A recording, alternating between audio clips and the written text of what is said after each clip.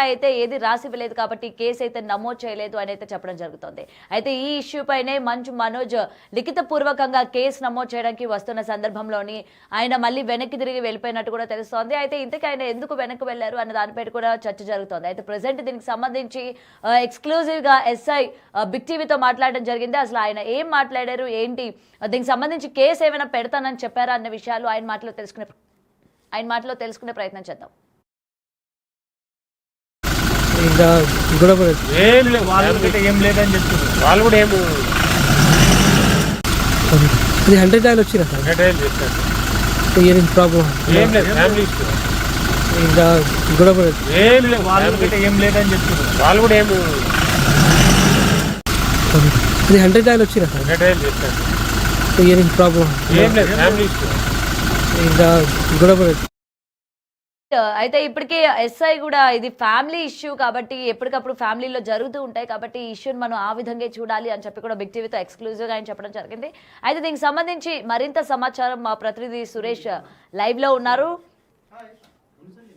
Right Suresh, చెప్పండి. ఇప్పటికీ case అయితే ఫైల్ చేయకుండా ఆయన వెనక్కి వెళ్ళినట్టు కూడా తెలుస్తోంది. అలాగే ఎస్ఐ కూడా ఇది లిఖితపూర్వకంగా నమోదు కాలేదు కాబట్టి ఇంకా మేము కేసు అయితే ఫైల్ చేయలేదు అని చెప్పడం జరుగుతుంది. దీని గురించి పూర్తి అప్డేట్స్ ఏంటి?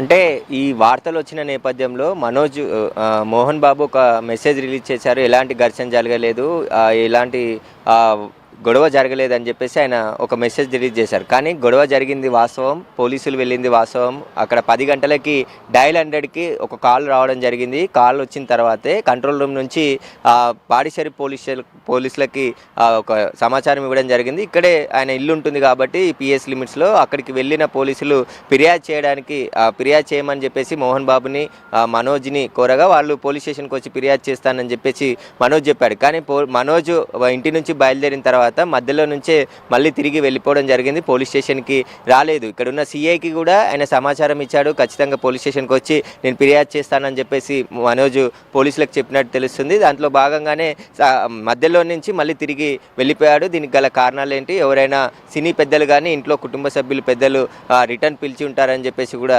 తెలుస్తుంది.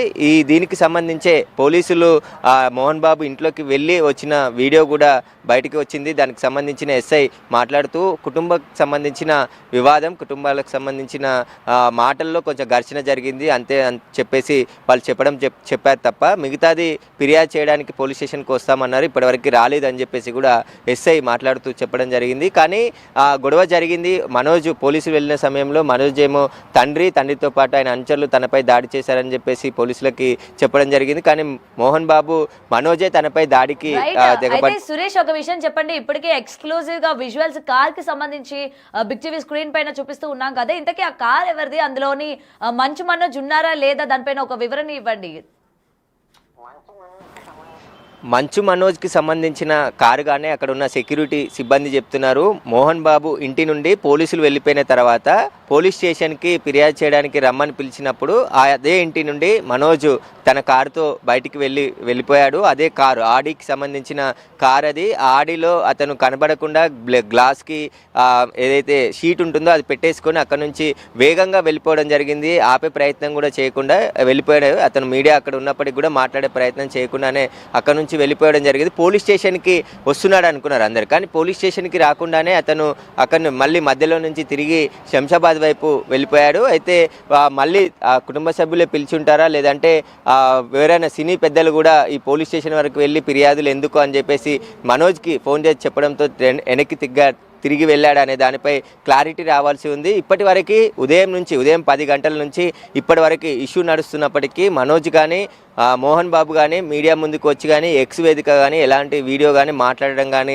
చేయలేదు. అంటే ఈ కుటుంబానికి సంబంధించిన వివాదం జరిగింది. ఉదయం ఆస్తులకు సంబంధించా లేదంటే ఇతర విషయాలకు సంబంధించి గొడవ జరిగింది. ఘర్షణకు సంబంధించి వినయ్ అనే వ్యక్తి మనోజ్పై దాడి చేశాడు మోహన్ బాబుతో కలిసి అని చెప్పేసి ఆయన పోలీసులకు చెప్పినట్టు తెలుస్తుంది. కాబట్టి పోలీసులు ఇప్పుడు వాళ్ళు ఫిర్యాదు ఇస్తేనే మేము కేసు చేసాం, డయల్ 100 చేసి చెప్పారు తప్ప అక్కడికి వెళ్ళినప్పుడు ఎలాంటి కంప్లైంట్ ఇవ్వలేదు ఇద్దరు కూడా అని చెప్పేసి పోలీసులు చెప్తున్నారు. ఆ ఫిర్యాదు వస్తే కేసు నమోదు చేసి దర్యాప్తు చేస్తామని చెప్తున్నారు. కానీ మనోజ్కి సంబంధించిన కారు మోహన్ బాబు ఇంటి నుంచి వెళ్ళిపోవడం జరిగింది. అతను బయటికి వెళ్ళిపోయాడు. ఎక్కడికి వెళ్ళిండు అనేది ఇప్పటికీ తెలియదు. ఖచ్చితంగా అతను సాయంత్రం కానీ లేదంటే రేపు కానీ ఫిర్యాదు ఇచ్చినా మేము తీసుకుంటామని చెప్పేసి పాడిశరీఫ్ పోలీసులు చెప్తున్నారు. గతంలో కూడా పాడిశరీఫ్ పోలీస్ స్టేషన్లో ఏసీపీకి మనోజ్ ఒకసారి ఫిర్యాదు చేశాడు. ఆ ఫిర్యాదులో మళ్ళీ కుటుంబ సభ్యులు కూర్చొని మాట్లాడుకొని ఆ కంప్లైంట్ రిటర్న్ తీసుకున్నట్టు తెలుస్తుంది. ఈసారి కూడా ఒకవేళ కంప్లైంట్ చేస్తే ఖచ్చితంగా మేము కేసు చేస్తాము, దర్యాప్తు చేస్తాము. ఎవరు దాడి చేశారు, ఎవరిపై ఎవరు దాడి చేశారు అనే దానిపై విచారణలో బయటపడుతుందని చెప్పేసి పోలీసులు చెప్తున్నారు.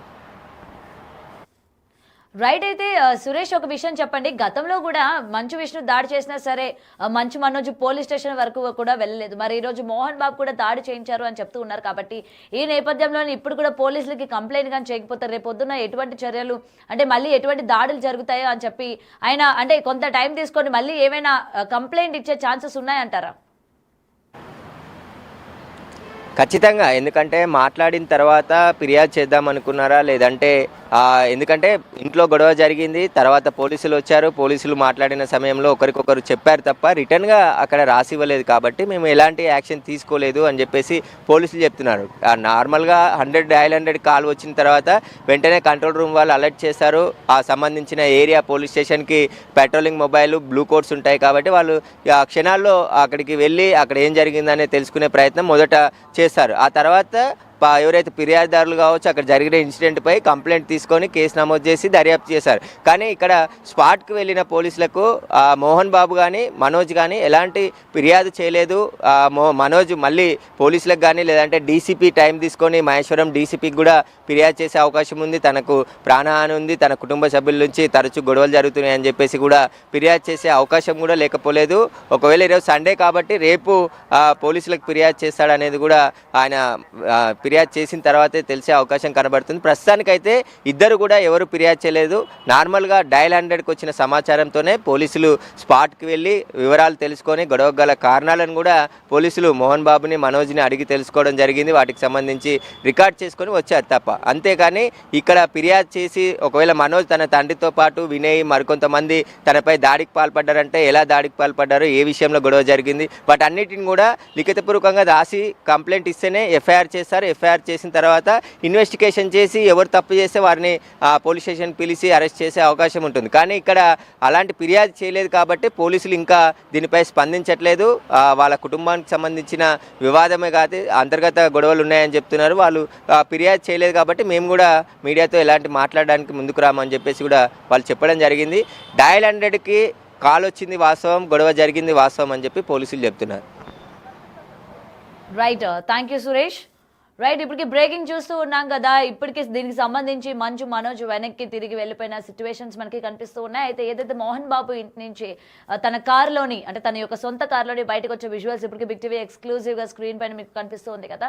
అయితే దీనికి సంబంధించి సినీ వర్గాల నుంచి ఇటువంటి గొడవలు కావచ్చు, లేకపోతే కేసులు పెట్టడం వద్దని చెప్పి అతనికి సమర్థించారా, అందుకని ఆయన వెనక్కి వెళ్ళిపోయారా, లేకపోతే ఇంకేమైనా కారణాలు ఉన్నాయా, లేకపోతే రేపు ఏమైనా మనోజ్ అంటే మంచు మనోజ్ మోహన్ బాబు పైన కేసు పెట్టే ఛాన్సెస్ ఏమైనా ఉన్నాయా లేదా అన్న దానిపైన కూడా సస్పెన్స్ నెలకొంది.